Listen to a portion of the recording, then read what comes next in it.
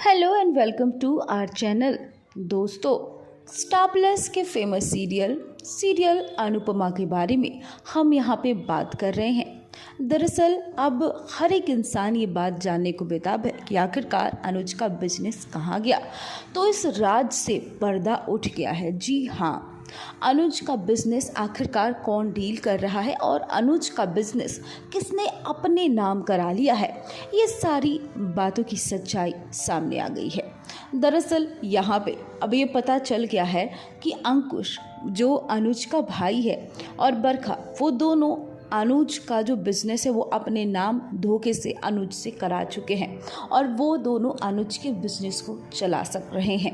ये बात तो आपको पता ही है कि अंकुश सक्सेना के पास अपनी कोई बिज़नेस नहीं थी, जिसके लिए वो बेरोज़गार थे और जैसे ही उन्हें मौका मिला वो अनुज का बिज़नेस हथिया लिए। जी हाँ, अब डिम्पी और टीटू और साथ में किंजल ने ये बात की सच्चाई पता लगवाई है।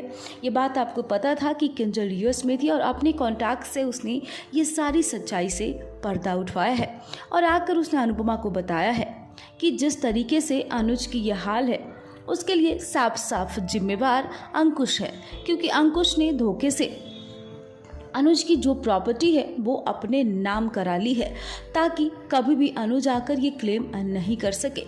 अब सबसे बड़ा सवाल यहाँ अनुपमा के लिए है, क्योंकि यहाँ अनुपमा को लगा है बहुत बड़ा झटका।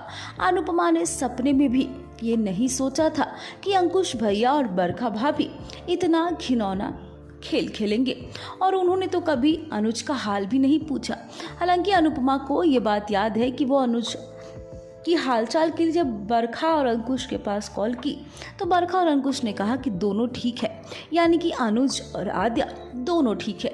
लेकिन यहाँ पे अब अचानक से ये राज का खुलना अनुपमा के लिए सबसे बड़ा झटका है कि अब अंकुश और बरखा ने अनुज की पूरी प्रॉपर्टी, अनुज का पूरा बिजनेस अकेले अपने नाम करा लिया है। अब आपको क्या लगता है, क्या अनुपमा उन लोगों से बदला लेगी? क्या अनुपमा यूएस जाकर उनसे ये सवाल करेगी कि आखिरकार आप लोग होते कौन हैं? क्या अनुपमा उनकी पत्नी है?